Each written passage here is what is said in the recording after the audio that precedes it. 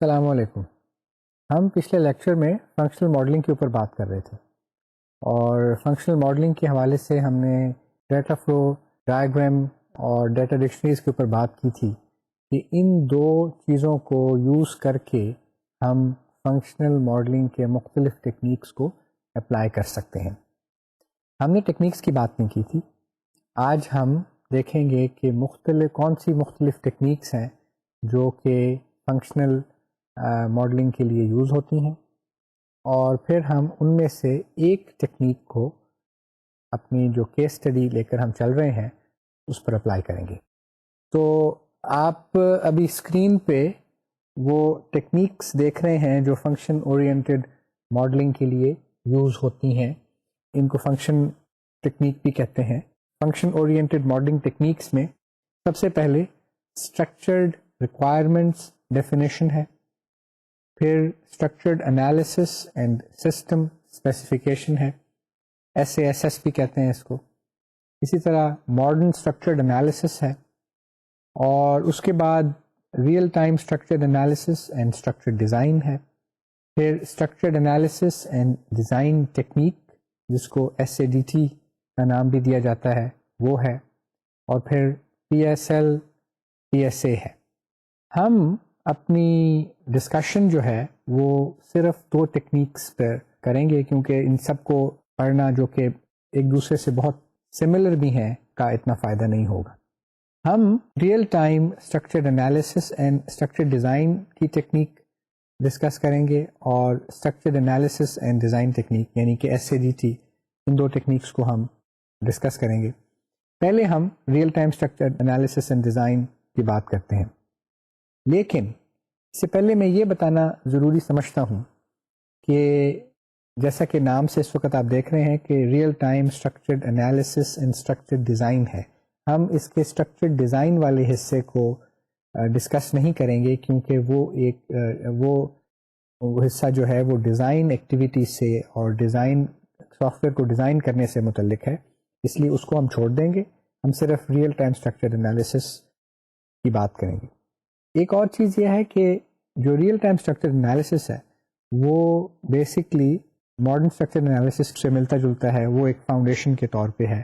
اور پچھلے لیکچر میں ہم نے ORD کی جو نوٹیشنز کی ایکسٹینشن تھی ان ڈیٹا فلو ڈائیگرامس وہ بھی دیکھی تھیں. تو اسٹرکچرڈ انالیسس جو ہے یہ اس کی جو ہسٹری ہے وہ آبجیکٹ اورینٹیڈ انالیسز سے بہت پرانی ہے. یہ پہلے سے یوز ہو رہا ہے کیونکہ اس وقت فنکشن اورینٹیڈ ماڈلنگ کا زیادہ رواج تھا. اب آبجیکٹ اورینٹیڈ ماڈلنگ زیادہ یوز ہوتی ہے. تو یہ جو مختلف ٹیکنیکس ہیں یہ ایک دوسرے کی ریسرچ سے فائدہ اٹھاتے ہوئے وقت کے ساتھ ساتھ پرابلمس کی کمپلیکسٹی کو ایڈریس کرتے ہوئے مختلف ٹیکنیکس ڈیولپ کی گئی ہیں. تو یہ ایک دوسرے کے اوپر ان کی ریسرچ سے فائدہ اٹھاتے ہوئے بلڈ کی گئی ہیں ٹیکنیکس، اور جو ریسرچرز اور آتھرز ہیں، ڈیولپرز آف ماڈلنگ ٹیکنیکس ہیں، ان کے اپنے پرسپیکٹیو، ان کے اپنے ویو پوائنٹس بھی اس کے اندر شامل ہوتے گئے ہیں.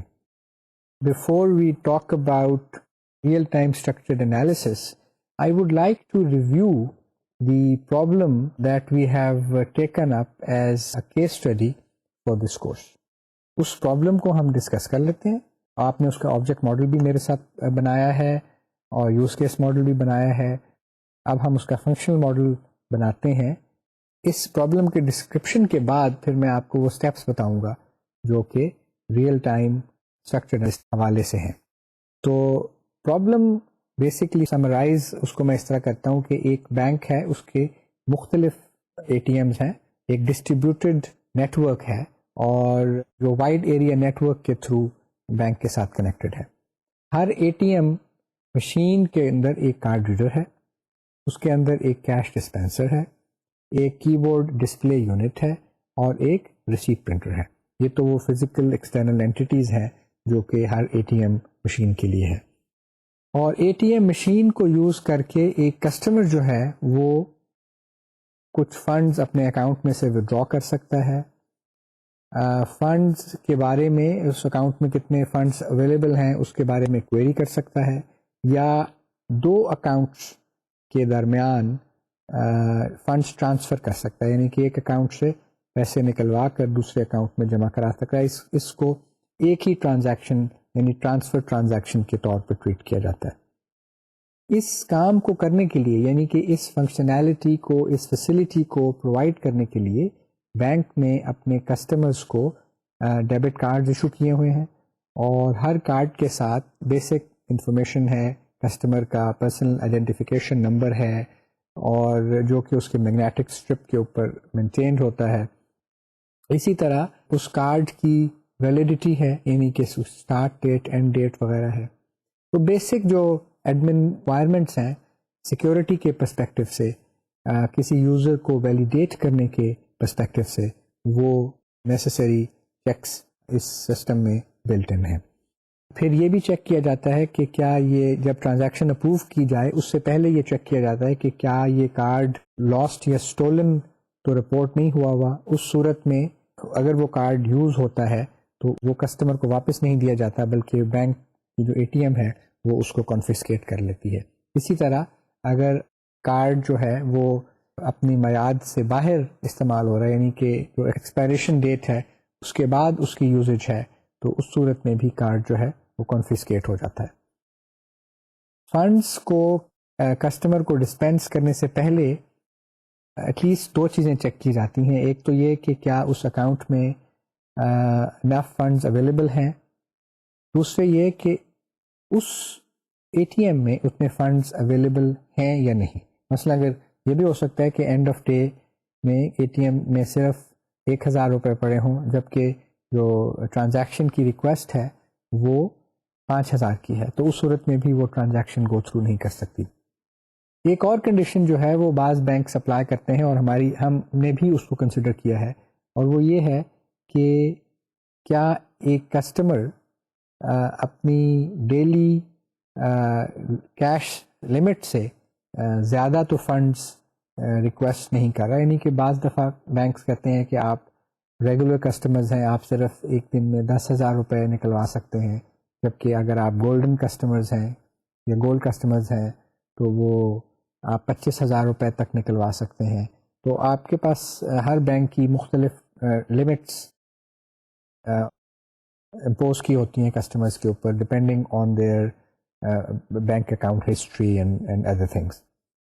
تو sufficiency of funds available in the account and sufficiency of funds available at the ATM is also very critical part of this application جس کو ہم ماڈلنگ کر رہے ہیں. یہ تو کسٹمر کے حوالے سے براڈلی میں نے بات کر دی. اب ہم بات کرتے ہیں اے ٹی ایم آپریٹر کے حوالے سے کہ اے ٹی ایم آپریٹر ایک ایسا ایکٹر ہے، ایک ایسا یوزر ہے اے ٹی ایم کا جس کا کام اے ٹی ایم کو مینٹین کرنا ہے. گویا کہ وہ اس چیز کا رسپانسبل ہے کہ اگر اے ٹی ایم میں کیش ختم ہو جاتا ہے تو اس میں انف فنڈز اویلیبل کر دیے جائیں آن اے ریگولر بیسس، چاہے وہ دن میں ایک سے زیادہ دفعہ کرنا پڑے یا ہفتے میں ایک دفعہ کرنے پڑے، depending upon the usage usage of the A T M. Cash has to be ریپلینشڈ in the a T M. اور دوسرا یہ کہ ریگولر مینٹیننس کے لیے بعض دفعہ ریسیٹ پرنٹر آپریٹ نہیں کرتا صحیح طور پر، یا کوئی اور مینٹیننس ایشوز آ جاتے ہیں، تو اے ٹی ایم آپریٹر جو ہے that person is responsible for shutting down and then restarting the A T M, so that not only regular maintenance can be performed but also that the cash dispenser is replenished in case there is no cash available in the ATM at any given time. یہ تو discussion تھی تاکہ آپ ایک ہی case study کے حوالے سے مختلف ماڈلنگ ٹیکنیکس کی جو بینیفٹس ہیں ان کو بھی انڈرسٹینڈ کر سکیں، اور جو ان کی نیگیٹو ایسپیکٹس ہیں، کیونکہ ہر ٹیکنیک کے کچھ پازیٹیو سائڈز ہوتے ہیں، کچھ اس کی ویکنیسز ہوتی ہیں، ان ویکنیسز کو بھی آپ بہتر طور پر سمجھ سکیں. مثلا آبجیکٹ ماڈلنگ جو ہے وہ نہ صرف ڈیٹا کو اسٹور کرتی ہے بلکہ ان ڈیٹا کے ساتھ فنکشنز کو بھی ایسوسیٹ کرتی ہے، یعنی کہ میتھڈ سروسز کو بھی ایسوسیٹ کرتی ہے. تو آن the other hand functional modelling کے اندر زیادہ ایمفیسس جو ہے وہ فنکشنز کے اوپر ہوتا ہے، اور فنکشنز کے ساتھ ڈیٹا کو ایسوسیٹ کیا جاتا ہے. یعنی کہ ہم یہ کہتے ہیں کہ اس فنکشن کو پرفارم کرنے کے لیے اس ڈیٹا کی ضرورت ہے اور یہ فنکشن جب کمپلیٹ ہوگا تو یہ ڈیٹا پروڈیوس ہوگا. اب ہم یہ ان کا بیسک فرق ہے جو سمرلی آپ کو بتانا چاہ رہا تھا. میں نے آپ کو بتایا تھا تھوڑی دیر پہلے کہ ہم real time structure analysis and design کی بات کریں گے اور اس میں سے صرف ریئل ٹائم اسٹرکچر انالیسس کو اسٹڈی کریں گے کیونکہ ڈیزائن کے جو ٹاسکس ہیں یا ڈیزائن کے جو اسٹیپس ہیں وہ ہم اس کورس میں چونکہ وہ ریلیونٹ نہیں ہے اس لیے ان کو یہاں پر ڈسکس نہیں کریں گے. اب آپ اسکرین کے اوپر وہ اسٹیپس دیکھ رہے ہیں جو کہ ریئل ٹائم اسٹرکچرڈ انالیسس کے لیے ضروری ہیں. سب سے پہلے اس میں یہ ہے کہ آپ ایک سسٹم کانٹیکسٹ ڈائیگرام ڈیولپ کرتے ہیں.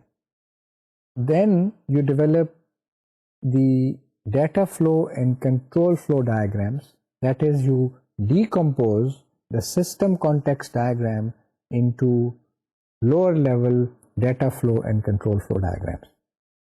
اور جیسے جیسے یہ ضروری ہو کسی سسٹم کی اور کسی پرابلم ڈومین کی ریلیونس کے لحاظ سے تو اتنے لیولز کے اوپر ہم اس کو ڈیکمپوز کرتے جائیں گے. تھرڈ اسٹیپ اس میں ہے کہ وی ڈیولپ کنٹرول ٹرانسفارمیشنز اور control specifications. Fourth is we define mini specifications جو کہ پروسیس اسپیسیفکیشن بھی کہلاتی ہیں اور یہ زیادہ اسٹرکچرڈ ہے, زیادہ ڈیٹیلڈ ہے as compare to object analysis. And lastly we develop data dictionary. یہ وہ اسٹیپس ہیں جو کہ ریئل ٹائم اسٹرکچرڈ انالیسس کے حوالے سے ڈاکومنٹڈ ہیں ان آتھرس کی طرف سے جنہوں نے real time structured analysis and structured design کی میتھڈالوجی کو پروپوز کیا ہے. ہمارے حوالے سے کیونکہ ہم ریکوائرمنٹس انجینئرنگ کا کورس پڑھ رہے ہیں اور ہم فنکشنل ماڈلنگ کو کنسیڈر کر رہے ہیں, ہم سسٹم کانٹیکسٹ ڈائیگرام کی بات کریں گے, ہم data flow and control flu decomposition کی بات کریں گے اور پرائمریلی ہم ڈی ایف ڈیز کو یوز کر کے یہ دو اقسام کی جو ڈائیگرامس ہیں وہ بنائیں گے as far as our ATM banking studies concerned. تو let's start this exercise. System context diagram آپ اس وقت دیکھ رہے ہیں فار این ATM سسٹم. اس میں آپ دیکھیں کہ کیونکہ ہم یوز کر رہے ہیں DFD کی لینگویج یا DFD یوز کر رہے ہیں, اس لیے سب سے پہلے تو ہمیں ان ایکسٹرنل اینٹیٹیز کو آئیڈینٹیفائی کرنا چاہیے جو کہ پروڈیوسرز آف ڈیٹا بھی ہیں یا کنزیومرز آف ڈیٹا بھی ہیں, یا بعض صورتوں میں یہ پروڈیوسرز آف ڈیٹا بھی ہوتے ہیں اور کنزیومرز آف ڈیٹا بھی ہوتے ہیں. یعنی کہ ایک ہی ایکسٹرنل اینٹیٹی جو ہے وہ پروڈیوسر آف ڈیٹا بھی ہو سکتی ہے اور کنزیومر آف ڈیٹا بھی ہو سکتی ہے. تو اپنی پرابلم ڈسکرپشن کو یاد کریں جو کہ ابھی تھوڑی دیر پہلے میں نے آپ کے سامنے دہرائی تھی. اس کے حوالے سے ہمارے پاس 3 ایکسٹرنل اینٹیٹیز بنتی ہیں. ایک ATM کسٹمر, دوسرا ATM آپریٹر اور تیسرا بینک. تو جیسا کہ آپ اگر اس وقت ATM سسٹم اور بینک کے ریلیشن شپ کو دیکھیں تو ATM سسٹم بینک کو ریکویسٹس بھیج رہا ہے اور بینک اس کی رسپانسز ATM سسٹم کو بھیج رہا ہے. اور اس لیول کے اوپر آپ کنٹرول فلو انفارمیشن کو شو نہیں کرتے, بلکہ اگر کنٹرول فلو انفارمیشن کوئی ہے بھی تو وہ بھی ڈیٹا فلو کی صورت میں یعنی کہ سالڈ لائن کی صورت میں ہی یوز ہوتی ہے. اسی طرح آپ ATM کسٹمر کو جب کنسیڈر کرتے ہیں تو ATM کسٹمر ATM سسٹم کو جو ریکویسٹ بھیجتا ہے اس کو ہم نے ایک ایرو سے شو کر دیا ہے. ہم اس کو کہہ دیتے ہیں کہ ان پٹس فرام کسٹمر, اور یہ ان پٹس فرام کسٹمر جو ہے یہ مختلف صورتیں لیتا ہے. مثلا وڈرال کی ٹرانزیکشن سلیکٹ کی ہے یا ٹرانسفر کی ہے یا کوئری کی ہے, اور باقی بھی جو ان پٹس اماؤنٹ وغیرہ کی کسٹمر ATM سسٹم کو پرووائڈ کرتا ہے وہ ساری ہم نے اس میں لمپ سم اکٹھی ڈیفائن کر دی ہے. اور جو A T M system customer کو میسیجز ڈسپلے کرتا ہے وہ ہم نے آؤٹ پٹس ٹو کسٹمر کی صورت میں اے ٹی ایم کسٹمر کو پرووائڈ کر دی ہے، اور یہ آپ اس وقت اسکرین پہ دیکھ رہے ہیں. اس کے علاوہ اے ٹی ایم سسٹم دو اور چیزیں اے ٹی ایم کسٹمر کو دیتا ہے. ایک کیش ہے، اگر تو کیش ودرال کی ٹرانزیکشن سلیکٹ کی گئی تھی، اور دوسری ریسیپٹ ہے جو کہ تینوں صورتوں میں یعنی کہ تینوں ٹرانزیکشنز کی صورت میں کسٹمر کو دی جاتی ہے. تو یہ ریلیشن شپ تھا ایک اے ٹی ایم کسٹمر کا اے ٹی ایم سسٹم کے ساتھ، اور یہ کانٹیکسٹ ڈائیگرام میں کیپچر کیا گیا ہے. اس کے علاوہ آپ دیکھتے ہیں کہ کیونکہ ایک اور ایکسٹرنل اینٹی ہے جو کہ اے ٹی ایم آپریٹر ہے، وہ انسٹرکشنز دیتا ہے اے ٹی ایم سسٹم کو ٹو آئدر شٹ ڈاؤن اور ٹو ریسٹارٹ اور ایڈز اپڈیٹ کیش ڈسپینسر. اور جو رسپانسز اے ٹی ایم سسٹم اس کو پرووائڈ کرتا ہے through display unit are documented hair as operator responses. یہ سسٹم کانٹیکسٹ ڈائیگرام ہے جو کہ اے ٹی ایم سسٹم کی ہم نے بنائی ہے، ابھی آپ نے اسکرین پہ بھی دیکھی ہے. اب ہمارا جو نیکسٹ اسٹیپ ہے ریئل ٹائم اسٹرکچرڈ انالیسس کے حوالے سے، وہ اس کانٹیکسٹ ڈائیگرام کو ڈیکمپوز کر کے اس کو مزید لیبوریٹ یا ریفائنڈ یا ڈیٹیلڈ ڈیٹا فلو اور کنٹرول فلو ڈائیگرامس کی صورت میں شو کرنا ہے. اب آپ لیول 1 پر ڈیٹا فلو ڈائیگرام دیکھ رہے ہیں. اس سسٹم کو جب ہم کیئرفلی اینالائز کرتے ہیں تو ہم دیکھتے ہیں کہ اے ٹی ایم سسٹم میں 3 ایکسٹرنل اینٹیز یا 3 ایکسٹرنل اینٹیز ہیں، اور اے ٹی ایم سسٹم 3 طرح سے انٹرفیس کرتا ہے ایکسٹرنل اینٹی سے. ایک انٹرفیس کرتا ہے وہ کسٹمر کے ساتھ، دوسرے وہ انٹرفیس کرتا ہے آپریٹر کے ساتھ، اور تیسری انٹرفیسنگ جو ہے وہ انٹرفیس ہوتی ہے بینک کے ساتھ. تو ہم نے 3 ڈیٹا فلوز یہاں پہ بنائے: interface with customer, interface with operator and interface with bank. اور ایک ہمارے پاس کنٹرول ٹرانسفارمیشن ہے، اور وہ کیا ہے؟ وہ ہے اے ٹی ایم کنٹرول یا کنٹرول اے ٹی ایم اس کا نام دیا گیا ہے. اور یہ چاروں جو ہیں یہ نمبرڈ ہیں اور نیمڈ بھی ہیں جیسا کہ آپ دیکھ رہے ہیں اسکرین پہ. اس کے علاوہ A T M card and transactions کا ایک ڈیٹا سٹور کنوینئنس کے لحاظ سے آپ کو شو کرنے کے لحاظ سے بنا دیا گیا ہے. آلدو اس کو آپ مختلف ڈیٹا سٹورز میں، اسپیسیفک ڈیٹا سٹورز میں بھی شو کر سکتے ہیں، یعنی کہ اے ٹی ایم کارڈ کی انفارمیشن جو ہے اس کے لیے علیحدہ ڈیٹا سٹور بن سکتا ہے، ٹرانزیکشنز کے لیے علیحدہ ڈیٹا سٹور بن سکتا ہے. لیکن چونکہ مقصد یہاں پر آپ کو ایک ٹیکنیک سے فیملیئرائز کرنا so that we can manage complexity fairly easily ہے، اس لیے I thought it appropriate to make them into one relatively large data store اور ڈیٹا بیس کہہ سکتے ہیں آپ اس کو. ایک چیز آپ اور نوٹ کریں کہ جو ان پٹس ایکسٹرنل اینٹیز سے ہمارے پاس کانٹیکسٹ ڈائیگرام میں آ رہی تھیں، وہی ان پٹس ہمارے پاس لیول 1 میں بھی آ رہی ہیں، یعنی کہ ان پٹس فرام کسٹمر اور آپریٹر انسٹرکشنز اور بینک رسپانسز. اور جو آؤٹ پٹس کانٹیکسٹ ڈائیگرامس میں سسٹم سے پروڈیوس ہو کر ایکسٹرنل اینٹیز کو جا رہی تھیں، وہ بھی اس لیول پر ہم نے ان کی جو کنٹینیوٹی ہے اس کو مینٹین کیا ہے، اور ان پٹس اور آؤٹ پٹس کے جو بیلنسز ہیں ان کو decomposed data flow control flow diagram میں بھی شو کیا گیا ہے. کانٹیکسٹ لیول پہ ہمارا جو سسٹم ہے وہ ایک آؤٹ پٹ بھیج رہا تھا، out پٹس to customer, cash, then reset and operator responses and bank ریکویسٹس. System کے لحاظ سے یہ ایک آؤٹ پٹ تھی. اور لیول 1 پر بھی آپ دیکھیں تو یہ تمام آؤٹ پٹس اسی طرح ڈاکومنٹ کی گئی ہیں. جو گائیڈ لائن ہم نے ڈیٹا فلو ڈائیگرامنگ کے حوالے سے دیکھی تھی اس میں یہ تھا کہ جو بیلنسنگ ہے of in پٹس and out پٹس in data flow continuity has to be maintained and which has been maintained at this level.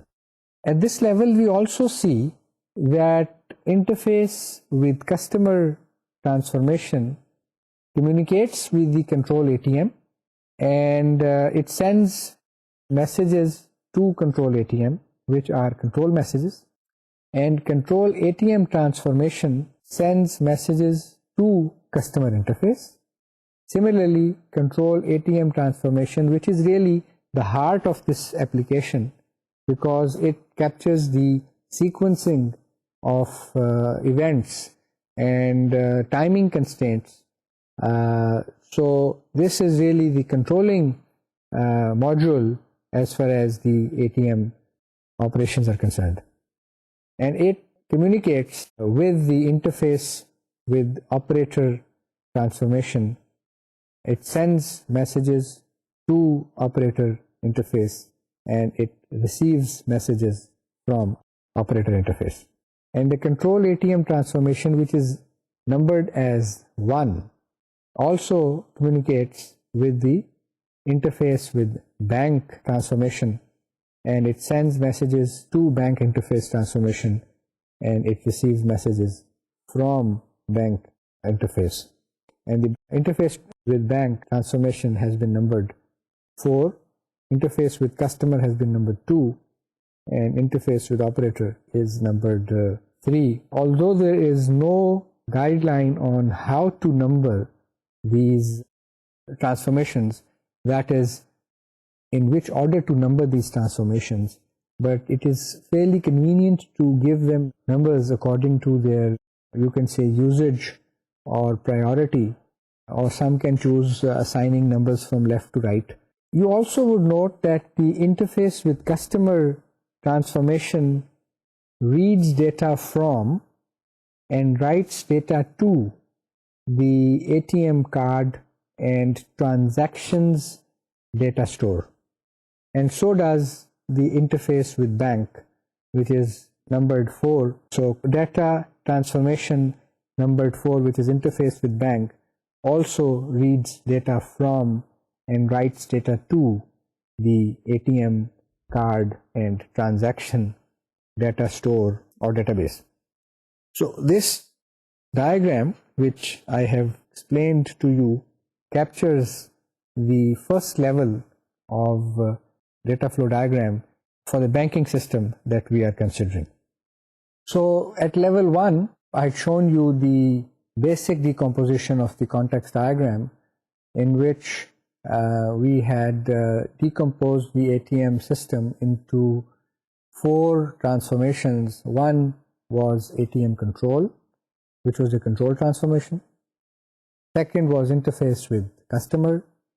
Third was interface with operator. Fourth was interface with bank. And all 3 of them, the later 3 of them, 2, 3, and 4, are data flow transformations. And I think it is appropriate to take each one of them and decompose them at least one more level and see what functionality they provide us. Now you see level 2 DFT for interface with customer. This has 4 transformations, and we continue to bring our control ATM control transformation from the previous level, that is from level 1. The 4 transformations that I talked about were 2.1 is read and validate card, 2.2 is process user inputs and display, 2.3 is dispense cash, and 2.4 is print receipt. We have also introduced a data store ATM cache here that we use for dispensing of cash to the customer.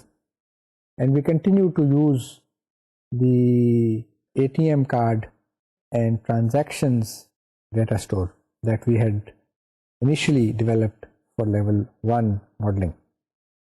Now you can interestingly note that inputs from customer message has now been specialized to include card info which goes into read and validate card, and into transaction info, personal identification number, and the fact that cancel button has been pressed. And the later three are then given to the process user inputs and display transformation, which is numbered as 2.2. And cash, which was an output, is produced from D, which is dispense cash process, and the receipt is printed from or given to the customer from process number 2.4, which is labeled as print receipt. And also you see that from on process number 2.2, there is an output which is being labeled as display messages. This was the outputs to customers that we had shown on the context level and also on the level 1 for this particular application. What I was saying was that you can note that we have specialized the inputs, and at the context level and at level 1 we had shown a general input coming in to the system, and in further levels we have shown specialized and specific information, and this is part of providing more details at the appropriate level, and it conforms to the principles of modeling that we have initially talked about in the very beginning of the semester, and also continue to discuss even in the last lecture. We looked at the concept of abstraction, and also you can see that the concept of projection is also clearly highlighted by interfacing with different external entities, so that the viewpoint of a particular external entity is the interface with the system from that entity's perspective. So all these principles are being continuously used in functional modeling also. The decomposition from context level to level 1 and from level 1 to level 2, we can see that the third principle of modeling, that is assembly, that is related to the assembly part, is also being applied in functional modeling. Let's talk about this in a little bit more detail. When the card is read, that information is given to the process which is number 2.1, and it basically read, and it's labeled as read and validate card. It puts that information into the data store and informs the control ATM transformation that a valid card has been inserted, and that the system is then supposed to process this transaction or proceed with the transaction. Then the ATM control sends the appropriate display message through the process user inputs and display process, which is numbered 2.2, and an appropriate display message is given to the customer, which then provides the personal identification number and also the transaction information, whether it's a withdrawal transaction or a query transaction or a transfer transaction. And then the control ATM is basically responsible for sending that transaction to the bank, and it does that by communicating with the interface with bank process, which we will see in a little bit more detail, although we had seen a higher level version at level 1 and also at context level.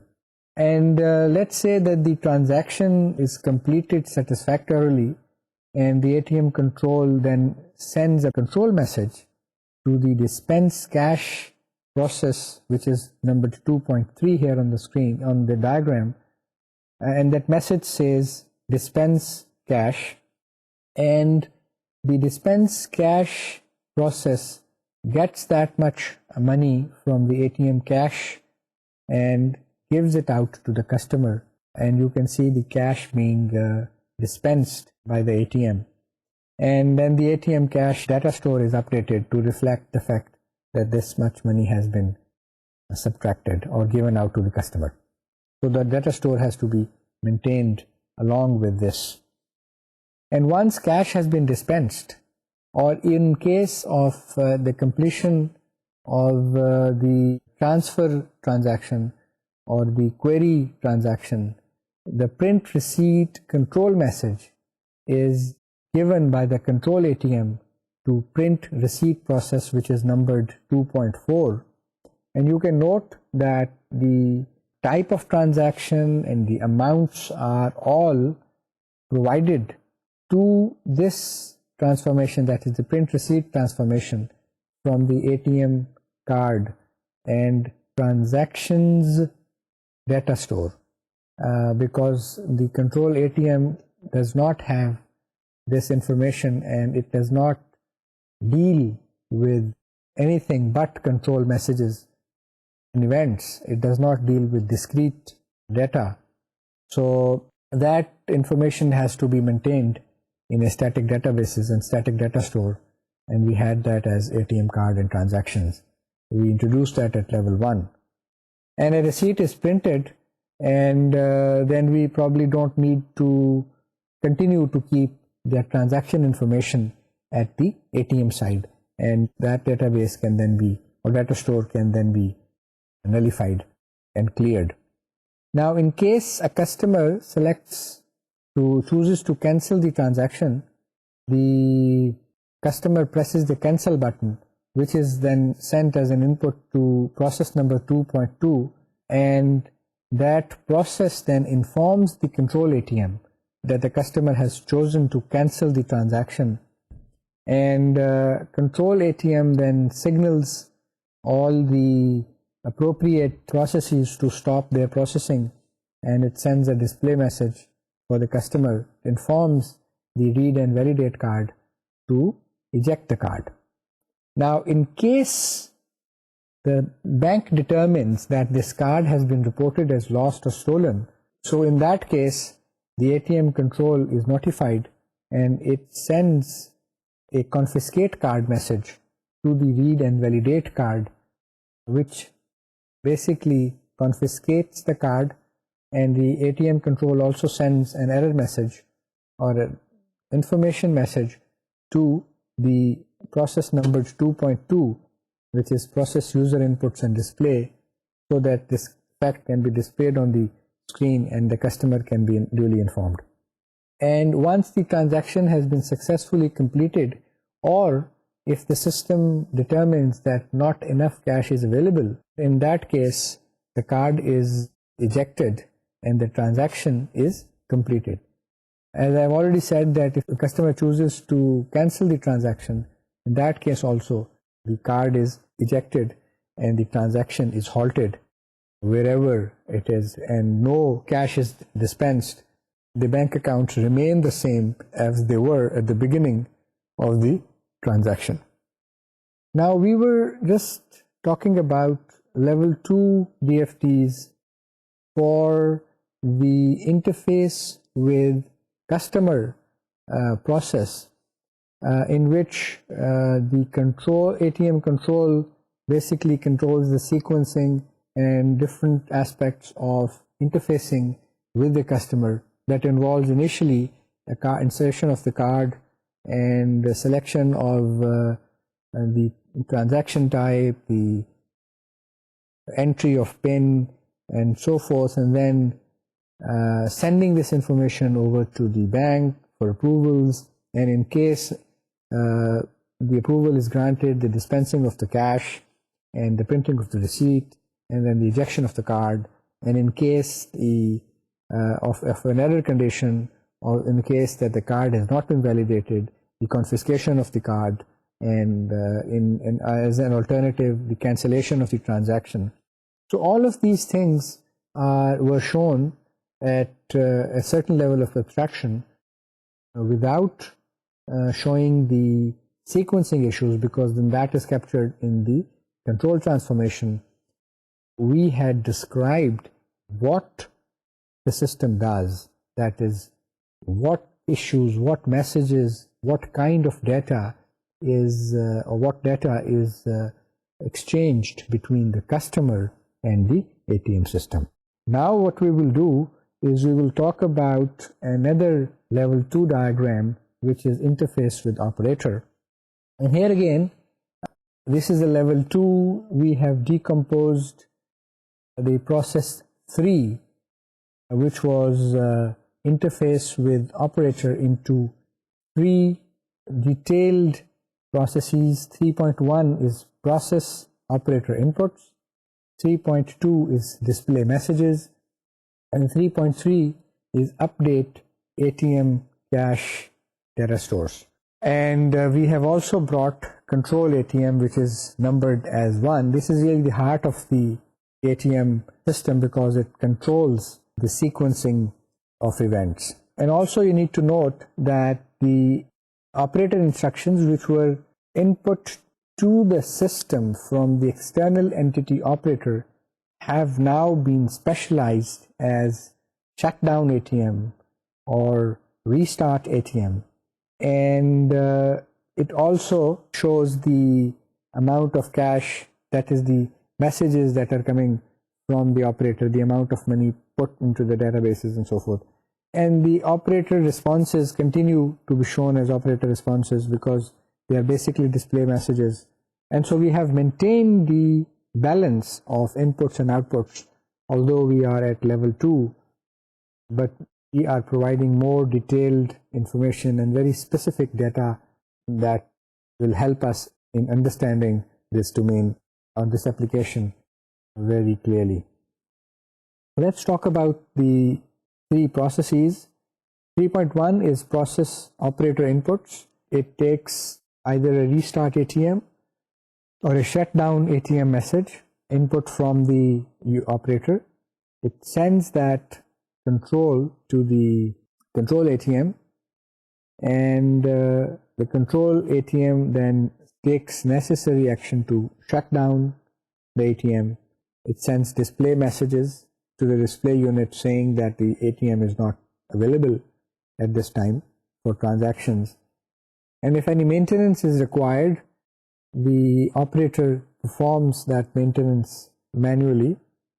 And also if cache needs to be replenished, then the operator adds that much cache into the cache dispenser or wherever that is kept physically. And then a restart ATM message is sent by the operator, and then that message is given to the control ATM control transformation, which takes necessary actions to restart the ATM and sends a message to the display that the ATM is available. And if more cache is added, then the update ATM cache process, which is 3.3, updates the ATM cache data store.